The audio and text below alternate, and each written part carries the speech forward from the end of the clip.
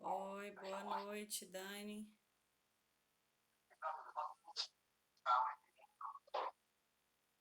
Bruna, Boa noite. Bruninha, minha flor, desliga o áudio.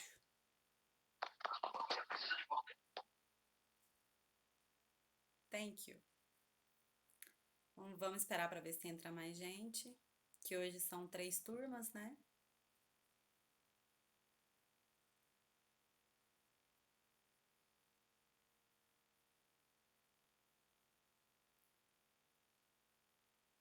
E aí, pessoal, viu a nota do governo, do estado? Acabei de ver, tá dia 30 sem aula? Será que a faculdade vai aderir a isso ou é obrigatório aderir a isso? Você viu lá que não é uma opção, né? A faculdade ainda não se pronunciou, porque saiu agora. Então, a faculdade não se pronunciou pra gente ainda. Possivelmente amanhã ela já deve tá saindo alguma nota técnica a respeito. Então, eu acho que é só a gente esperar agora, né? Pra ver. O problema é a prova, né? Porque, tipo, se as primeiras seriam no final de maio, quando vai ser as primeiras agora se a gente voltando só dia 30 de abril? Ou depois do dia 30? Sei lá, né? É. Aí eu não sei como é que vai ser Que o a novo aula e calendário. conteúdo, querendo ou não, tá sendo dado e, assim, na minha opinião, bem dado. Agora, a questão das provas fica tenso. É, mas eu acho que a prova é o de menos. Ao meu ver, a prova é o de menos. Eu tô mais preocupada com a questão de estágios, aulas práticas que não estão sendo contadas dentro do calendário, né? Então, as aulas teóricas tá de boa, né? Que a gente tá aqui, a gente tá fazendo normalmente. Mas, possivelmente, devido a isso, a faculdade deve se reajustar, né, com relação ao novo calendário acadêmico, né? É, eu tô- Acho que você podia dar uma opinião, né? Dela passar trabalho no lugar da prova. Olha que linda a primeira VA. E aí, quando a gente voltar, já é a segunda VA e o férias, uhul! não, eu não acho que o trabalho ajudaria, porque muita gente não faz, copia, né? Então, funcionaria para você, mas não para todo mundo. Infelizmente. Eu, sinceramente, gente, eu só acho assim, a gente tem que ter paciência para esperar aguardar a posição, né, da faculdade com relação a isso, a esse posicionamento do governo, mas é algo que a gente também não controla, né? Se é algo que o governo do estado propõe e for obrigatório, a faculdade pode bater o pé, pode fazer qualquer coisa que a polícia baixa lá e manda fechar. Então, se for obrigatório, todos nós teremos que cumprir, né? Querendo ou não querendo, tá? Penso. Bota tenso nisso. Mas igual eu falei, eu tava conversando, a gente brincando que uma hora ou outra esse negócio vai acabar fazendo a gente surtar, né? Porque eu vou ser sincera pra vocês, eu não aguento mais ficar em casa, não. Eu tô começando a entrar em colapso. Mas vamos ver, né? Vamos aguardar as cenas do próximo capítulo. Com paciência e fazendo a nossa parte, né? É, igual tem muita gente, tem muito aluno brigando, né? Não é o caso de vocês, eu acho que não teve problema na enfermagem. Não que eu saiba, né? Comigo, pelo menos, não chegou nada. Muito aluno gritando, muito aluno, sabe, falando para a faculdade tinha que tomar uma providência, a faculdade tinha que tomar uma providência, a faculdade. Gente, se o problema fosse só a faculdade, todo mundo vocês transferia de faculdade, se o problema for faculdade, o problema é no estado inteiro, né? Não é só na faculdade. O problema tá no geral, no estado não, né? No país inteiro. Nós estamos com uma pandemia. Se fosse só no lugar, tava ótimo. A gente se isolava todo mundo naquele lugar ali e o restante que se lasque, né? Mas não é assim que funciona. Então. Ô, Geloíse! Geloíse, liga o áudio. Ela só pediu e pede pra me mandar tudo de saúde da mulher pra ela. Dá licença, deixa ela assistir sua aula, que é a única que tá compensando. Uma das, né? O que é que você tá fazendo aqui mesmo? É porque eu gosto de saúde da mulher e de RN de mamar. Aí eu tô aqui. Você não tem aula agora, não? É porque a minha aula é só às 7h30. Aí eu vim aprender, né? Já que eu tô aqui. Aí eu vim cá ver. Depois a pessoa toma ranço da cara da professora, a gente não sabe por quê. Porque ela me vê na segunda, ontem ela não veio porque ela tava doente, mas deveria ter vindo. Amanhã vê de novo. Eu juro pra vocês, se eu fosse você, eu não aguentava mais, não. Tá faltando 3 minutos pro horário que eu estipulei, tá, gente? Que foi às 19. Tô só aguardando ver se mais gente chega, tá? Porque eu marquei às 19 hoje. Vocês leram o material que eu mandei? Sim, tia. Apesar de ser uma aula muito interessante, ela não é uma aula difícil, né? Não é um conteúdo difícil. É mais para a gente poder trabalhar, tirar dúvidas, né? Eu vou fazer o conteúdo, mas é mais. Eu queria que vocês já tivessem lido para a gente poder tirar as dúvidas de vocês.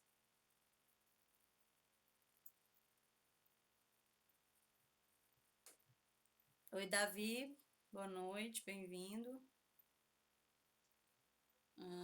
Tudo bem? Tudo. Ó. Gente, mas esse povo é participativo em 13 pessoas. É porque essa turma é maior, Gostei de ver. doida. São 3 turmas agora. Ah, bom. É porque eles são participativos, mas é porque são 3 turmas. É o quinto, o sexto e o sétimo. Ah, tá. Então tá bom. As outras 2 disciplinas é só o sétimo. É o. E o oitavo. É só o sétimo e o oitavo. É, sétimo e oitavo. Né? Gente, que notícia boa. Você vai ministrar hoje mais a matéria do climatério? Não, climatéria eu já fiz. Fiz videoaula. Ah, verdade. Foi mal, Eu desculpa. fiz 2 conteúdos por videoaula, já estão disponibilizados no Google Glass e no YouTube, tá? As videoaulas. A de hoje eu decidi não fazer videoaula, porque é um conteúdo mais interativo, né? O outro é mais informativo. Esse aqui não, porque esse aqui gera um pouco meio de prática, né? Vocês vão ter a prática disso, mas é mais um exame propriamente dito. Então, para explicar, é melhor eu estar ouvindo vocês, tendo o feedback de vocês na hora, tá? Por isso que eu optei por fazer online, por fazer direto, tá bom? Ah, eu não avisei vocês, essa aula tá sendo gravada, tá, gente? Eu tô gravando, mas não pelo aplicativo do Hangouts, não. Eu tô gravando pelo meu gravador de tela mesmo, tá? É porque para usar o gravador do Hangouts, eu preciso usar o computador. E a câmera do meu computador, ela é muito ruim, mas é muito ruim. Ela fica tremendo, ela trava, então eu prefiro usar o do celular, que é melhor, tá? A câmera, para vocês me verem, pelo menos. Eu não sei como é que vocês estão me enxergando, né? Se é nítido, se é embaralhado, se é ruim. Pelo menos a imagem que aparece de mim para mim mesma é um pouco melhor, né? Alguns de vocês aparecem bem, outros aparecem não tão. Josué. Olha, Josué. Apareceu, fi. Seja bem-vindo, Josué. Tudo bom? Tá, vamos lá. Já deu as 19 horas que eu tinha combinado com vocês. Um recorde de participação. Meu Deus do céu, tô tão feliz de ter 17 alunos na minha aula. Olha que coisa. Isso aqui é um povo compromissado. Deixa eu só levantar um pouquinho o negócio aqui. Rapidinho. Caramba. Eu queria que... Fica quieto. O meu apoio pro celular aqui, mas não sei se vai dar muito certo, não.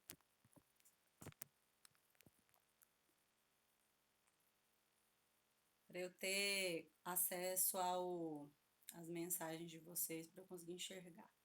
Então vamos lá. Então a aula de hoje eu queria que vocês tivessem acesso a ela, eu já mandei ela anteriormente, né? Anatomia e fisiologia do colo do útero, tá? Se vocês tiverem alguma pergunta, é só escrever e aí eu tenho acesso à pergunta e eu já respondo verbalmente para vocês, tá bem? Espero que todos tenham tido acesso. Se não teve acesso, eu peço encarecidamente para alguns dos seus colegas enviar isso para vocês, esse material. Eu mandei um vídeo do YouTube, para vocês assistirem, que é a coleta do Papa Nicolau, propriamente dita. Eu mandei a aula mesmo para vocês, tá?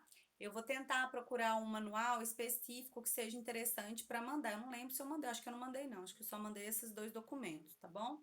Então vamos lá. Quando a gente fala de anatomia e fisiologia do colo do útero, eu não vou falar da parte da vulva nem da parte da vagina. Essas aulas todas eu já falei, eu já ministrei com vocês. Inclusive, na aula anterior, que eu falo sobre as afecções mais baixas, né, mais comuns, que são as vaginoses, eu falei um monte de coisas relacionadas ao epitélio vaginal, né, as características internas do epitélio, ou da parede que reveste a vagina, certo? Então, ai, desculpa, deu um trem na garganta. Então, essas questões eu não vou ficar repetindo, porque senão a gente perde muito tempo nisso. Se alguém tiver alguma dúvida sobre os conteúdos ministrados anteriormente, é só escrever aí que a gente responde depois que eu terminar de fazer essa aula, tá bom? Você só anotar aí as perguntas e aí a gente fala, tá lá? Então, o colo do útero ele é constituído por 2 tipos de mucosa, uma por tecido conjuntivo fibromuscular. Então, quando eu falo que ele é revestido por duas mucosas, as 2 mucosas, elas são diferentes pelo seguinte: eu tenho uma mucosa externa e eu tenho uma mucosa interna do colo do útero. O colo do útero, como vocês podem ver aí na imagem, ele tem uma caracterização como se fosse um círculo, né, uma bolinha, que tem um centro. Então, a entrada para dentro do útero é através desse permear, dessa bolinha, desse centro, tá certo? E o que fica de fora é o que tem contato diretamente com o canal vaginal. Então, essa mucosa, ela chama-se a parte externa de ectocervice e a parte interna de endocervice. Todo o colo a gente também denomina de cervice, beleza? Então, o cervice, que é o colo, ele é revestido internamente por um tipo de membrana, que a gente chama de endocervice, e do meio externo por outra membrana chamada ectocervice, beleza? Então, o cervice, ou cervice, que as 2 formas estão corretas de se escrever, ele inicia-se dentro do canal vaginal, toda essa parede interna também a gente chama de cervice, só que é cervice vaginal. Lá na frente eu vou ter o cervice do colo, e aí eu vou ter o ectocervice e o endocervice do colo, beleza? Possui glândulas cervicais na mucosa. Então, aí eu mostro uma imagem de um colo de verdade, tá? E aí você tem a presença de muco, que ele também sai de dentro do útero, um tipo de secreção. Nós temos a parede interna, denominada de endocervice, que está mostrando aí, e o meio externo, que a gente denomina de ectocervice. Quando a gente fala da citologia cérvico-vaginal, a vaginal eu já falei para vocês, que é a questão do pH, os tipos de células, célula basal, parabasal, superficial, todas essas células eu já tinha falado para vocês. Quando a gente vem falar da citologia específica do cérvico, lá da região do colo, a gente tem que a citologia do cérvico vaginal, citologia oncológica ou copostologia, que é a análise das células presentes nessa região, é o método mais difundido mundialmente para rastrear células cancerígenas ou pré-cancerosas. Então, quando a gente vai fazer o raspado disso, né, a gente colhe a secreção dessa região da endocervice, e da ectocervice, eu vou analisar a presença de células que estão defeituosas, mas também durante a análise dessas células eu também identifico micro-organismos como os bacilos, que são anaeróbicos, e as bactérias anaeróbicas, as bactérias aeróbicas, fungos que estão aumentados ou algum tipo de protozoário. Então, esses eu já dei o exemplo para vocês lá na matéria da semana anterior, certo? Que fala das vulvovaginites, que fala das vaginoses bacterianas, fala da candidíase e fala da tricomoníase, que são as principais vaginoses presentes dentro do canal vaginal, dentro do sistema reprodutor feminino, né? Então, essas infecções, elas são decorrentes, principalmente, da maioria das vezes, da própria microbiota vaginal, que é a estrutura própria que nós temos de proteção, que são os nossos lactobacilos, devido a aumento do pH, deixando o pH mais ácido, vai fazer com que essa microbiota, que ela era de bactérias aeróbicas, se transformarem na reprodução das bactérias anaeróbicas. E aí eu tenho o aparecimento de algumas outras infecções, como o aparecimento das vaginoses, que é na Gardnerella, a mais conhecida delas, e o aparecimento também da reprodução fúngica, que a mais comum é a Cândida vaginalis, né? Então, querendo ou não, esse aparecimento ele só vai ocorrer quando eu tenho uma desordem da mucosa em ectovaginal, né, a ectocervix ali do meio intravaginal, relacionado principalmente a alterações do pH. Esse pH ele vai alterar por inúmeros fatores. Então, fatores hormonais, falta ou excesso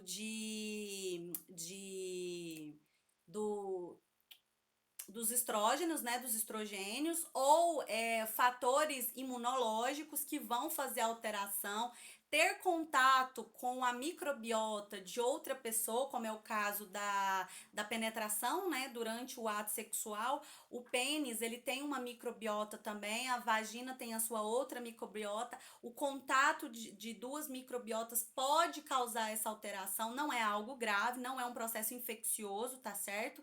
É só uma desordem na microbiota, que quando você faz a utilização dos medicamentos, automaticamente a microbiota vaginal, ela retorna à sua normalidade, os lactobacilos começam a se proliferar e você tem uma nova reorganização daquela microbiota, certo? Tanto que o parceiro, nem na grande maioria das vezes, quando é nesse caso, ele nem precisa fazer o tratamento farmacológico, não, principalmente em casos de Cândida e de Gardnerella. Já em casos de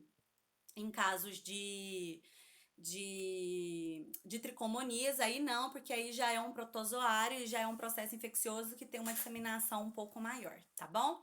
Então, essa citologia, ela é aplicada durante a... Estrógeno é o quê? Estrógenos são os estrogênios, meu bem. É o hormônio feminino que você produz lá no ovário, é liberado pela glândula da hipófise. Isso foi lá nas primeiras aulas que eu falei. Lembra do ciclo menstrual? Eu falo das estronas e das progestagens, né? Que são a progesterona e o estrogênio, que é o principal. Mas o estrogênio é um deles. O nome estrógeno é um dos estrogênios, tá? Presentes no nosso corpo. Nós temos 3, beleza? Ah, tá. É porque é a mesma coisa. De nada. Então, continuando. Então, como eu estava falando, devido a essa presença de microbiotas, quando nós vamos analisar a citologia endovaginal, o que a gente percebe não é só a presença das células, né? Células superficiais, células atróficas, células basais, parabasais, mas a gente vê o quê? A gente vê o aparecimento desses lactobacilos que protegem a nossa microbiota, né, a nossa parede vaginal, mas também nós vemos esses parasitas ou esses fungos ou bactérias anaeróbicas que estão presentes, e também vem a formação dessas células. Essas células, elas têm um formato específico e um crescimento normal que é apresentado pela análise microscópica. Quando você tem a aceleração disso, você tem uma possível células pré-cancerosas ou células cancerosas.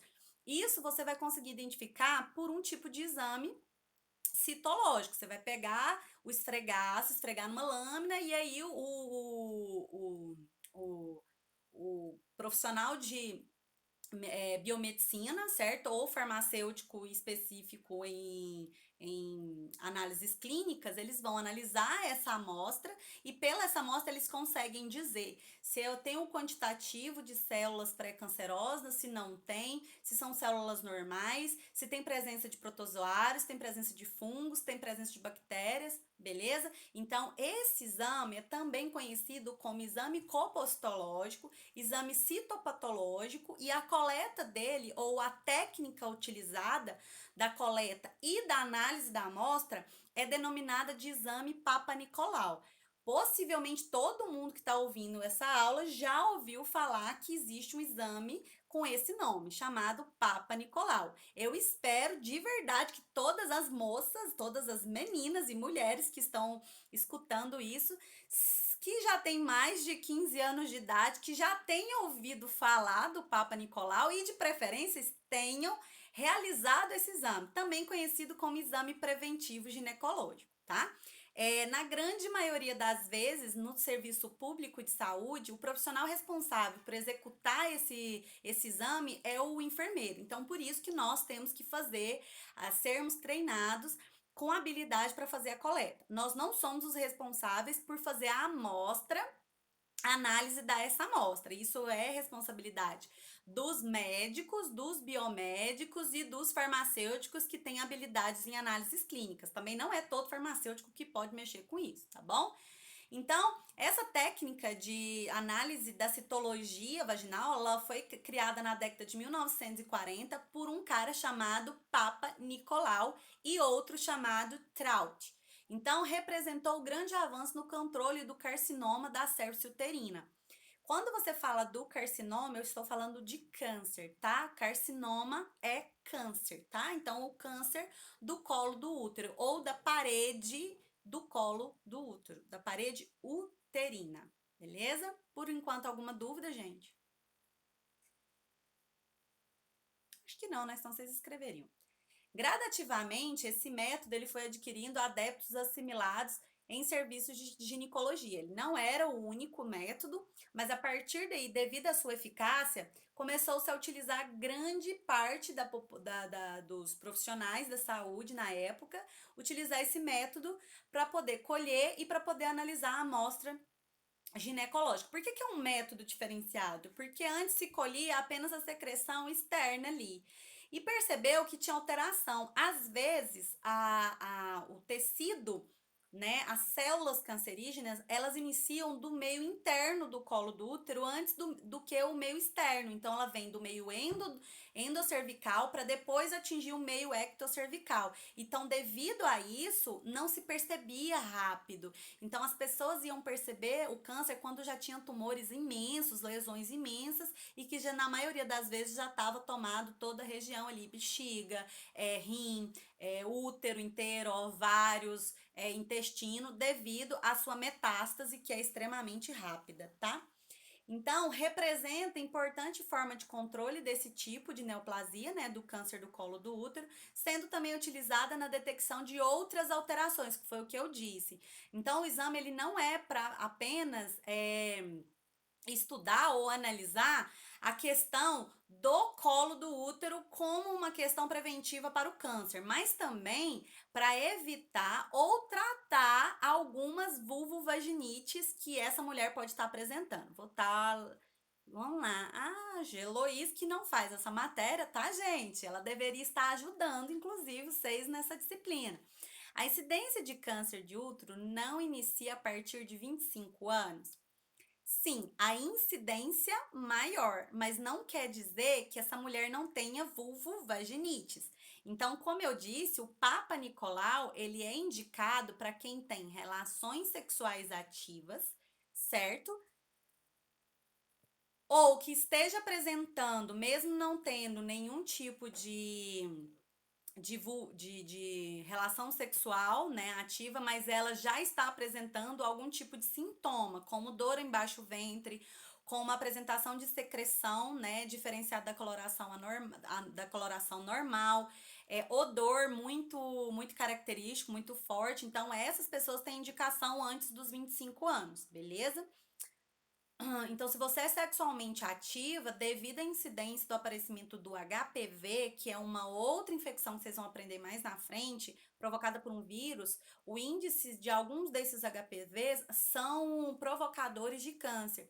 Então, nós temos vários tipos de HPV, subtipos, né, do vírus do HPV.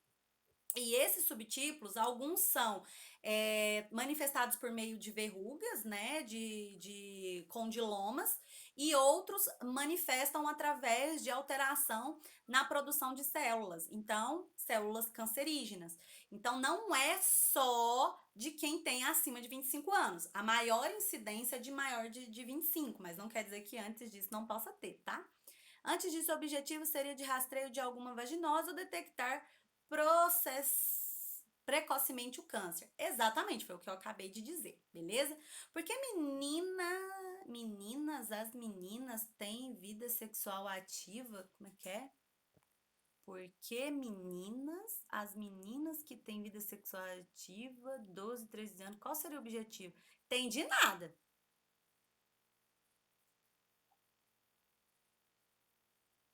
É porque as meninas que já têm a vida sexual ativa com 12, 13 anos, que vai fazer a prevenção, o objetivo é se tem alguma vulvovaginose, né? Isso.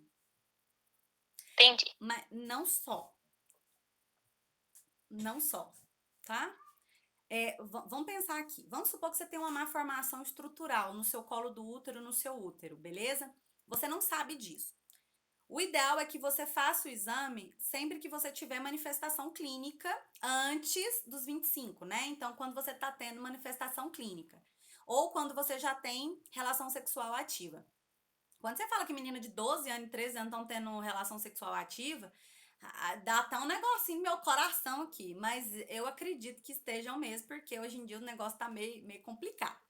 Mas hoje em dia nós temos uma vacina, né? Que eu já passei isso para vocês, alguns de vocês, dentro da saúde da criança, que nós temos a vacina contra o HPV e ela é administrada em meninas de 9 a 14 anos, né, gente? Então elas são 2 doses e ela vai prevenir contra 4 tipos de formas de HPV. Então, tentaram buscar isso antes dos 10 anos de idade, para antes dela entrar na puberdade, ela já tá prevenida contra o HPV. Quando ela iniciar a vida sexual ativa, ela não tem a chance de desenvolver isso, mas isso não livra ninguém da realização do Papa Nicolau, né? Do exame preventivo, até porque é esse exame também que identifica as vulvovaginites.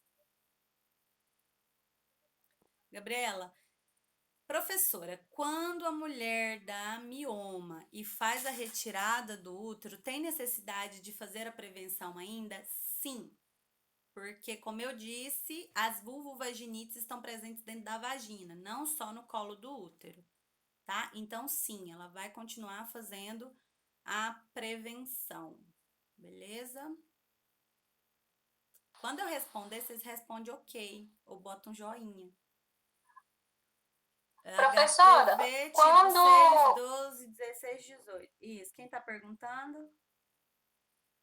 quando você faz aquela cauterização que tira as verruguinhas, Verruga, não é é berruga igual não. É V, com V, não é B não. Verruga. verruga.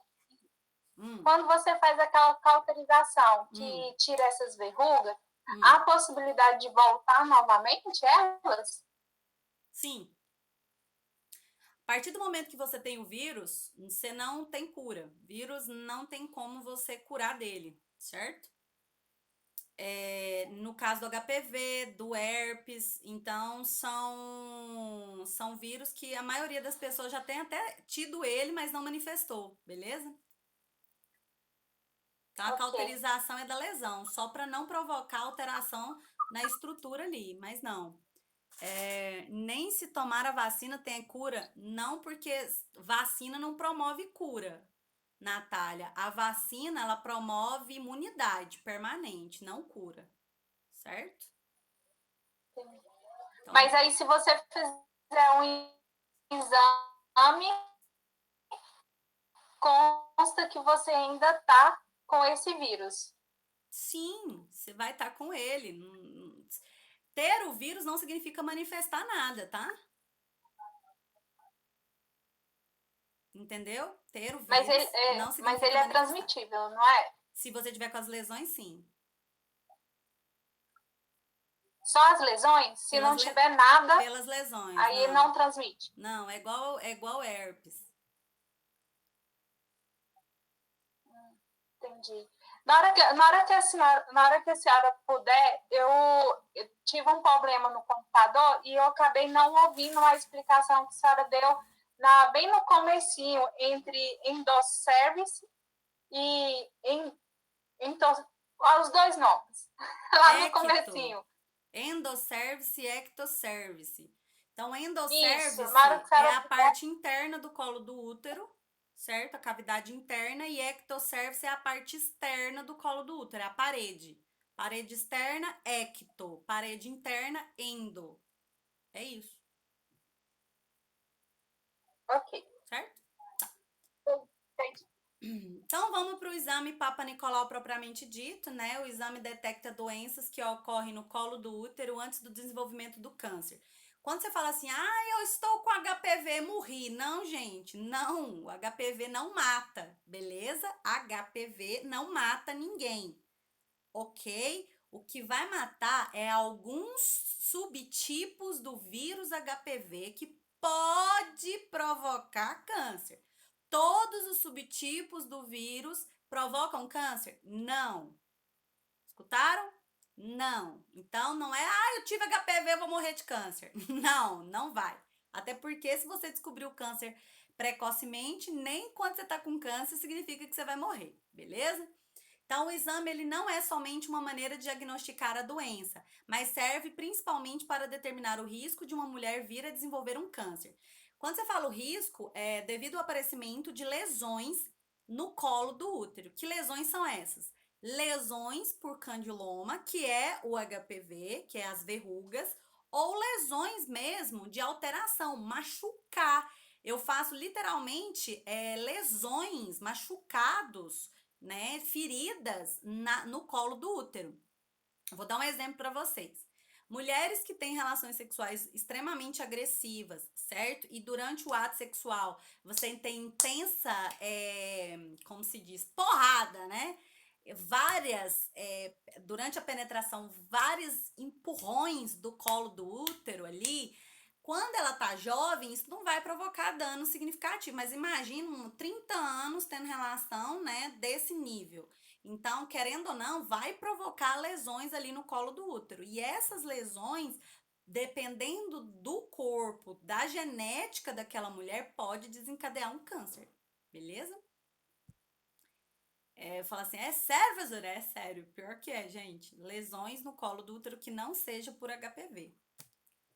Então, vamos para a etapa propriamente dita do exame. Nós temos várias etapas. Esse exame ele é feito no mesmo dia que vai fazer a consulta de enfermagem ginecológica, tá?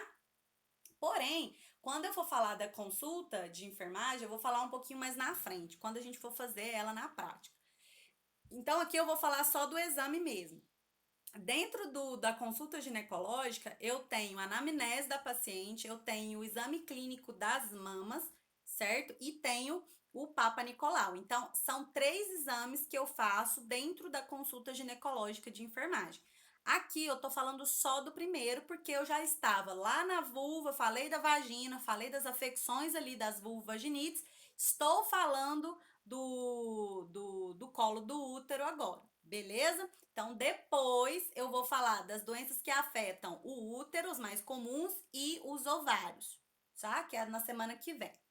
Então, etapas do exame. Nós temos a inspeção do Papa Nicolau, beleza, gente? Lembrando que antes de iniciar o Papa Nicolau, dentro da consulta de enfermagem ginecológica, eu também tenho a anamnese daquela mulher, o exame clínico das mamas e o Papa Nicolau. Então, dentro do Papa Nicolau, eu tenho a inspeção, eu tenho o exame especular, eu tenho o toque vaginal e eu tenho a palpação abdominal. Então, inspeção, exame especular, toque vaginal e palpação abdominal. Quando eu falo da inspeção, eu estou falando da inspeção da genitália externa, então, e da parte interna. Na parte externa, eu tenho o quê? Observação de vulva.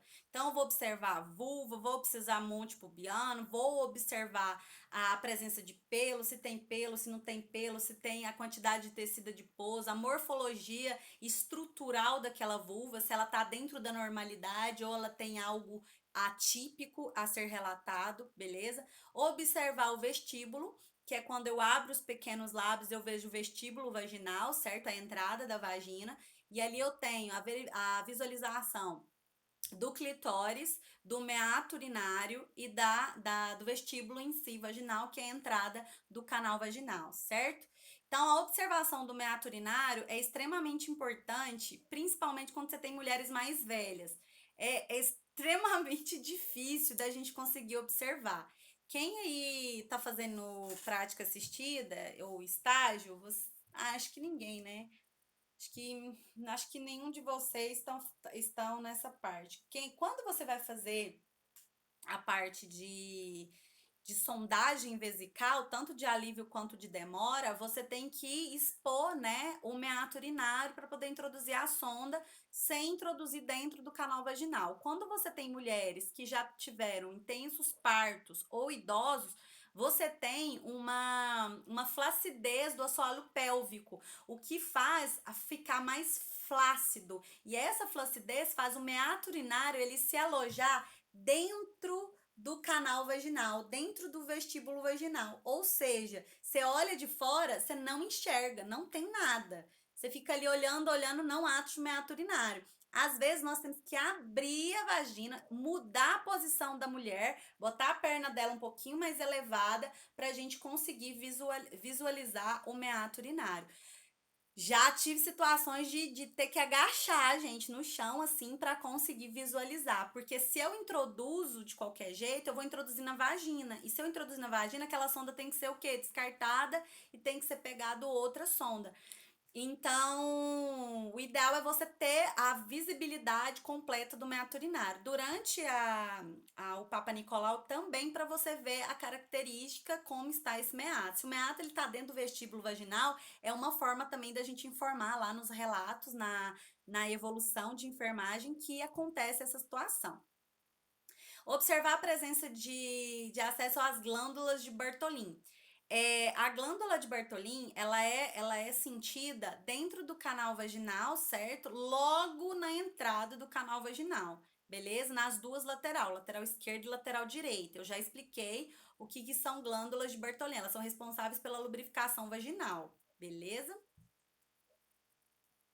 Então, aqui eu botei a imagem para vocês, né? Lá, claro, eu não queria, eu tinha já essa imagem aqui, então eu nem procurei outra imagem só da vulva, tá?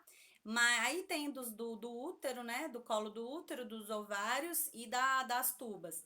Então, aqui nós temos o clitóris, o vestíbulo, né? O clitóris, pequenos lábios, grandes lábios, monte pubiano, as glândulas de Bartholin, que eu falei para vocês que se localizam.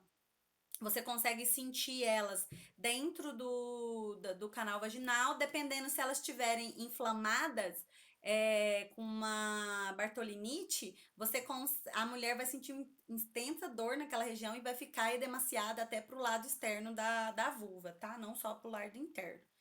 E a abertura da vagina. Como vocês podem perceber, nessa imagem que eu mandei para vocês, a vagina, ela parece que ela tá toda tampada, assim, parece um monte de bola lá dentro, certo? É porque a parede interna vaginal, ela não é lisa, reta, certinha, assim, ela é cheia de ondulações. Então, é como se ela ficasse o tempo inteiro assim, fechada, cheio dessas ondulaçõezinhas, beleza? Quando há penetração, ela estica. E aí, depois ela volta para ter esse mesmo aspecto aqui.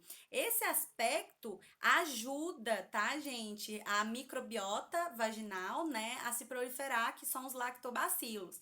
E também ajuda no processo dos espermatozoides seguirem um caminho até o útero, até as tubas uterinas para fecundação, né, de outro ser.